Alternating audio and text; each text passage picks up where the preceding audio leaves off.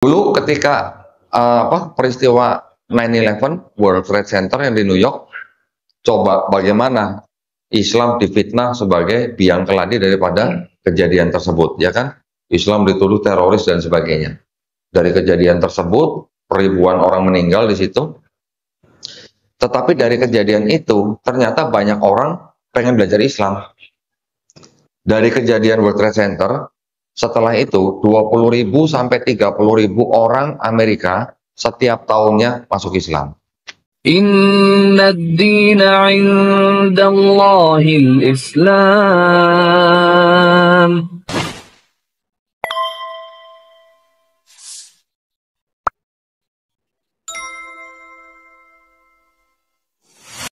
Assalamualaikum warahmatullahi wabarakatuh. Jin Kodondi, tadi dari awal penyampaian ada sekilas menyampaikan tentang Trinitas. Izin Kodondi, kami kan secara umum umat Islam ini Trinitas itu biasanya dijadikan oleh pihak Kristen untuk mendakwahkan ke Islam, untuk memurtadkan Islam. Gitu. Bagaimana caranya menangkal atau menyangkal konsep Trinitas itu dengan mudahnya sehingga konsep Trinitas itu bisa kita bahasanya kita counter balik gitu, bahwasanya konsep itu tidak benar gitu. Itu yang pertama, Kodondi. Kemudian yang kedua, kita sebagai umat Islam, apa yang harus kita lakukan untuk membentengi diri dan keluarga kita agar tidak terpapar oleh misi kristenisasi? Karena setahu saya ada informasi yang sudah jauh sebelumnya saya dapatkan bahwasanya Indonesia ini akan dikristenkan pada waktu itu tahun 2000. Nah, ini 2024, artinya 24 tahun yang lalu misi kristenisasi di Indonesia itu sudah dicanangkan. Misinya, targetnya adalah tahun 2000 itu Indonesia Kristen. Gitu. Ya. Izin Kodondi. Baik. Demikian. Alhamdulillah. Saya coba jawab nomor 2 dulu ya Pak ya. Nah, biar nyambung. Ketika Indonesia merdeka, berapa jumlah umat Islam di Indonesia? Persentasenya 95% Pak, kurang lebih ya Pak ya. Ketika peristiwa G30 SPKI, berapa jumlah umat Islam di Indonesia? Turun, kira-kira 90%. Ya, karena banyak juga yang diduga sebagai anggota PKI, kira-kira 3 juta orang Pak masuk Kristen, didekati sama agama Kristen. Ya. Kemudian ketika mulai pemerintahan Orde Baru gitu ya, sampai kemarin mungkin kita melihat sampai kira-kira 10-15 tahun yang lalu, umat Islam di Indonesia tinggal 86,7%. Alhamdulillah, saya melihat data dari Kementerian Agama setelah saya rekap dari tahun 2019 sampai tahun 2023. Yang tadinya Islam turun terus, walaupun pelan-pelan, alhamdulillah sekarang sedikit naik Pak. Nah, jadi dari tahun 2020 ya, data saya yang terakhir, sampai 2023, jumlah penduduk Indonesia naik, jumlah penduduknya kurang lebih 8, sekian juta. Persentasenya naik 0,21%. Jadi sekarang total 87, sekian persen. Ya, naiknya 0,1%. Yang saya kaget, Kristen Protestan dan Kristen jumlah penduduknya naik kira-kira 700.000 Pak. Tapi persentasenya turun. Ada apa gitu? Nah, jadi Islam ternyata memang menjadi agama yang mempunyai pertumbuhan paling tinggi di seluruh dunia. Termasuk ternyata Indonesia juga naik. Saya juga alhamdulillah, saya bersyukur. Kalau tadinya Islam di Indonesia itu turun terus, Kristennya naik, sekarang Islamnya mulai bangkit. Kristennya malah turun. Kira-kira kalau Bapak tadi bilang tahun 2000 ada proyek mengkristenkan Indonesia, itu jauh sebelumnya sudah ada lagi Pak. Nah, Kalau yang tahun 2000 itu yang saya tahu namanya Joshua Project, Pak. Nah, benar. Kalau kita buka website, ada website namanya Joshua Project. Itu nanti kita pilih klik negara Indonesia. Itu nanti bisa kelihatan di Indonesia, di setiap kita bisa lihat kantong-kantong Kristen ada di mana aja. Paling banyak di mana? Di Papua, kantong Kristen.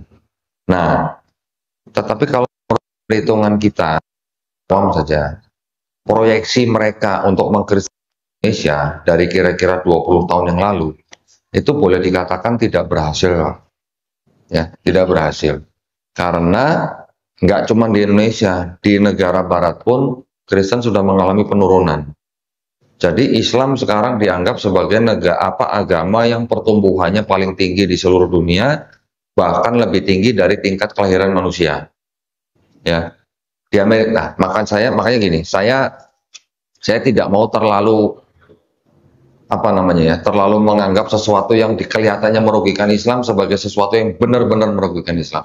Maksud saya begini, belum lama kita menonton berita mungkin Al-Quran dibakar ya, di mana tuh, di Swedia atau di Belgia ya, Swedia ya, betul ya.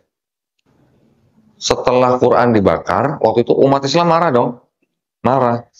Tetapi setelah itu ternyata negara Qatar mencetak 100.000 Quran dalam bahasa Swedia dikirim ke Swedia. 100.000 Pak, yang dibakar 1, yang dikirim 100.000. Alhamdulillah, ya kan Pak? Dulu ketika peristiwa 9/11 World Trade Center yang di New York, coba bagaimana Islam difitnah sebagai biang keladi daripada kejadian tersebut, ya kan? Islam dituduh teroris dan sebagainya. Dari kejadian tersebut, ribuan orang meninggal di situ. Tetapi dari kejadian itu, ternyata banyak orang pengen belajar Islam. Dari kejadian World Trade Center, setelah itu 20.000 sampai 30.000 orang Amerika setiap tahunnya masuk Islam. Alhamdulillah, ya kan Pak? Kejadian di Gaza belum lama 7 Oktober tahun lalu. Itu juga membawa banyak orang menjemput hidayah. Bagaimana mereka melihat keteguhan umat Islam di Palestina mengalami penderitaan yang luar biasa, tapi kok mereka tabah gitu. Ya, itu juga banyak membawa. Nah, jadi kita sebagai umat Islam tidak pernah tahu apa hikmah di balik kejadian-kejadian di dunia yang mana Allah gunakan sebagai kebangkitan umat Islam. Jadi kita jangan terlalu pesimis gitu Pak. Walaupun sampai sekarang masih ada istilah Islamofobia, betul kan? Sampai sekarang masih ada kan Islamofobia ya? Pernah dengar nggak Bu Pak? Kristenfobia? Nggak ada, yang ada hanya Islamofobia. Karena apa? Itulah upaya-upaya dari orang luar Islam yang ingin menghancurkan Islam. Dengan apa? Dengan cara merusak Islam, baik dari luar maupun dari dalam. Proyek Islamofobia sendiri Pak, sampai 2014 yang saya baca, menghabiskan dana kira-kira 1,5 miliar dolar Amerika Serikat. Begitu besar biayanya ya. Jadi kita tidak perlu bagaimana, yang penting kita tetap harus menjalankan Islam dengan baik dan menjaga ukhuwah Islamiyah. Itu yang paling membuat kita Pak, penting ya. Yang kedua tadi, yang pertanyaan pertama mengenai Trinitas. Bagaimana cara kita menjawab atau menyanggah gitu ya. Yang paling efektif yang tadi saya bacain Pak itu Pak. Karena ini berasal dari kitab mereka sendiri gitu. Kalau kita berdiskusi dengan mereka, Trinitas itu tidak masuk akal buat kita begitu. Tapi buat mereka kan, mereka terima-terima aja. Entah mereka ngerti beneran atau nggak ngerti beneran, itu urusan mereka gitu. Tapi mereka bilang ya itu memang Tuhan itu memang sudah sangat mengasihi manusia, makanya harus turun jadi manusia untuk menebus dosa manusia dengan cara mati di atas kayu salib. Banyak hal-hal pemikiran-pemikiran yang simpel yang bisa menyanggah konsep itu gitu. Mereka bilang Yesus itu kan Tuhan juga. Tuhan yang memang sengaja turun ke bumi untuk menebus dosa manusia dengan cara mati di atas kayu salib. Kita tanya Pak, kalau Yesus itu Tuhan, sebelum dia turun ke bumi, dia tahu nggak dia bakal mati di atas kayu salib? Sebagai Tuhan, harus tahu. Kalau nggak tahu bukan Tuhan namanya gitu kan. Harus tahu bahwa dia akan mati untuk menebus dosa manusia. Kalau dia tahu mau turun ke bumi untuk menebus dosa manusia dengan cara mati di atas kayu salib, boleh nggak saya sebut itu sebagai misi bunuh diri? Misinya, Pak. Bukan motivasinya. Misinya. Boleh nggak itu saya sebut misi bunuh diri? Boleh. Boleh. Nah, sekarang konsep penebusan dosa yang macam apa kalau harus dilakukan dengan cara bunuh diri? Orang Kristen bilang bahwa Yesus mati di atas kayu salib untuk menebus dosa mereka. Tapi setiap Kristen saya tanya, Bapak, Ibu kalau punya kesempatan lihat Yesus disalib, mau disalib, Bapak Ibu mau nolong Yesus supaya disalib atau supaya menolong Yesus supaya tidak disalib? Awal-awalnya kalau mereka bingung dengan nalar atau dengan refleks, saya akan nolong Yesus supaya tidak disalib karena cinta Yesus gitu, Pak. Kalau nolong Yesus gak disalib berarti nggak ditebus dosanya. Oh iya ya kata gitu. Nanti akan bingung sendiri. Kalau begitu saya diemin aja, nggak usah ditolongin gitu. Berarti tega melihat junjungannya disalib. Berarti egois dong, maunya ditebus dosanya dengan cara orang mati disalib. Hal seperti itu juga bisa, Pak. Yang berikutnya begini. Ini pertanyaan-pertanyaan pancingan sebenarnya. Karena nanti ujung-ujungnya saya akan membuktikan sesuatu. Apa yang akan saya buktikan nanti? Ketika mereka bilang Yesus mati di atas kayu salib untuk menebus dosa manusia, yang nyalip Yesus berjasa apa berdosa buat orang Kristen? Harus berjasa. Yang nyalip siapa? Tentara Romawi. Tentara Romawi disuruh siapa? Disuruh Gubernur Pilatus. Gubernur Pilatus diminta sama siapa? Oleh imam-imam Yahudi. Imam-imam Yahudi bisa dapat Yesus dari mana? Dari Yudas Iskariot. Yudas Iskariot bisa nyerahin Yesus kenapa? Karena dibisikin iblis. Ada ayatnya, Pak. Kalau iblis membisiki Yudas untuk menyerahkan Yesus, Yesus kemudian disalib, kemudian iblisnya berjasa apa berdosa buat orang Kristen? Gitu, Pak ya. Nanti pendeta yang tahu akan menjawab begini, karena itu sudah rencana Tuhan. Kalau gitu Tuhan bersekongkol dengan iblis atau gimana? Oh enggak, itu sudah dinubuatkan. Dinubuatkan di mana? Di perjanjian lama katanya. Ya, perjanjian lama. Sudah dinubuatkan memang harus mati di atas kayu salib. Saya tanya lagi, kalau gitu perjanjian lama itu kitab siapa sebenarnya? Karena gini, di dalam kitab orang Kristen, ini kan saya bisa bagi dua nih. Ada yang indeks warna hitam, ada indeks warna merah. Yang warna hitam ini yang disebut dengan perjanjian lama. Ini sebenarnya bukan punya orang Kristen, Pak. Ini punyanya orang Yahudi. Kok bisa begitu? Ada kitabnya nih. Ini kitabnya. Yang menjadi cikal bakal menjadi perjanjian lama di sini. Nah, kitab ini sudah ditulis, sudah disusun kira-kira 500 tahun sebelum ada agama Kristen. Kalau gitu, yang berhak menafsirkan ini siapa? Hah? Siapa, Pak? Ini kitabnya orang Yahudi, yang berhak menafsirkan siapa? Ya orang Yahudi dong. Kalau Quran yang berhak menafsirkan siapa, Pak? Ya ulama Islam. Oke, orang Kristen juga punya kitab yang merah nih ya, yang merah-merah. Yang berhak menafsirkan ini siapa? Ya orang Kristen.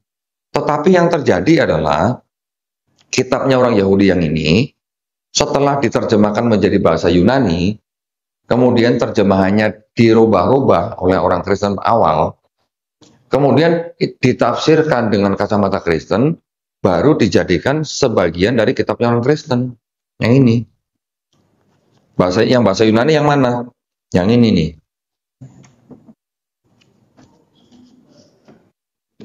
Banyak, Pak, nih, Pak. Tadi pagi mau dibayarin 100 juta nih, Pak. Ini kitab yang terjemahan dalam bahasa Yunani dari kitabnya orang Yahudi yang bahasa Ibrani. Dari Ibrani diterjemahkan ke Yunani, dari Yunani terjemahannya diubah-ubah, baru digabungkan dengan kitabnya orang Kristen. Nah, inilah kitabnya orang Kristen. Jadi kitabnya orang Kristen itu separohnya punya Yahudi sebenarnya. Kalau begitu, berarti Kristen sudah menafsirkan kitabnya orang Yahudi dengan kacamatanya Kristen. Gitu ya. Nah, pertanyaan pokoknya tadi bagaimana menyanggah Trinitas. Tadi bisa dengan cara seperti itu, bisa juga dengan bukti yang seperti ini, yang tadi saya bacakan, yang tadi dibacakan sama Mas Ed ya. Ayat ini pasti tidak asli. Gimana kalau ayat yang mengajarkan Trinitas ternyata tidak asli gitu? Tapi masalah mereka mau percaya, ya monggo silahkan. Kita hanya bermain literasi gitu. Ada buktinya kok ayat ini tidak asli gitu. Gitu, ya Pak ya. Mudah-mudahan menjawab pertanyaan Pak. Yang lebih simpel maksudnya gini. Ketika mungkin ada orang Kristen yang mendatangi rumah Bapak gitu ya, ngajak Bapak untuk masuk Kristen gitu ya. Tanya aja, Pak, di kitab ini Yesus doanya gimana caranya? Sujud. Pak, di kitab ini Yesus disunat nggak? Disunat. Kalian sunat nggak orang Kristen? Ada yang sunat, ada yang enggak. Tapi kebanyakan enggak. Kalaupun ada yang sunat karena alasan kesehatan. Pak, di kitab ini Yesus makan babi nggak? Enggak. Nah, orang Kristen kebanyakan makan babi. Gitu. Pak, di kitab ini Yesus puasa nggak? Puasa. Kebanyakan orang Kristen malah nggak puasa. Di kitab ini Yesus matinya dikafanin, Pak. Ceritanya, ya walaupun buat kita bukan Nabi Isa yang disalib ya. Kita tidak mempercayai Nabi Isa AS dibunuh dan disalib. Tapi di sini diceritakan Yesus disalib, jenazahnya dikafanin, Pak. Nah sekarang umat beragama apa yang doanya sujud, disunat, nggak makan babi, puasa, dan jenazahnya dikafanin? Agama apa? Islam. Berarti kita ini malah sebenarnya kalau boleh dikatakan mengikuti sunnah Yesus di Bible dong. Sunnah Yesus gitu. Ya, kira-kira begitu, Pak. Ya walaupun yang kita lakukan sekarang adalah syariat yang sudah disempurnakan dalam Quran dan Sunnah, tetapi di dalam kitab mereka Yesus malah diceritakan begitu. Berarti kan ada kemiripan. Yesus doanya sujud. Nabi Muhammad SAW diperintahkan sujud. Quran surat Al-Hajj ayat 77. Nabi-nabi di perjanjian lama juga diperintahkan sujud. Kejadian 17:3 Abraham sujud. Keluaran 3:48 Nabi Musa sujud. Bilangan 16:22 Nabi Musa dan Harun sujud. 1 Tawarik 29:20, Mazmur 95 ayat 6 Nabi Daud dan umatnya sujud. Nehemia 8 ayat 6 Nabi Esra sujud. Yosua 5 ayat 14 Nabi Yosua bin Nun sujud. Yesus di sini Matius 26:39 sujud. Nabi Muhammad SAW juga diperintahkan sujud. Kalau Nabi Muhammad SAW adalah seorang Muslim, terus Yesus, Esra, Nabi Musa, Nabi Harun semuanya Muslim bukan berarti kalau gitu Pak, kira-kira Pak. Jadi ada kesamaan, memang masih ada kesamaan, tapi yang dalam hal akidah ya Pak ya. Dalam hal akidah, semua nabi-nabi dalam perjanjian lama tidak ada yang mengajarkan Trinitas. Sekalinya ada ayat Trinitas, ya ayat ini tidak asli. Jadi ini memang sudah berubah-ubah. Banyak memang perlu dipelajarin Pak, tapi kalau yang hal-hal yang praktis ya tadi seperti itu. Ya Pak ya, mudah-mudahan menjawab pertanyaan Pak.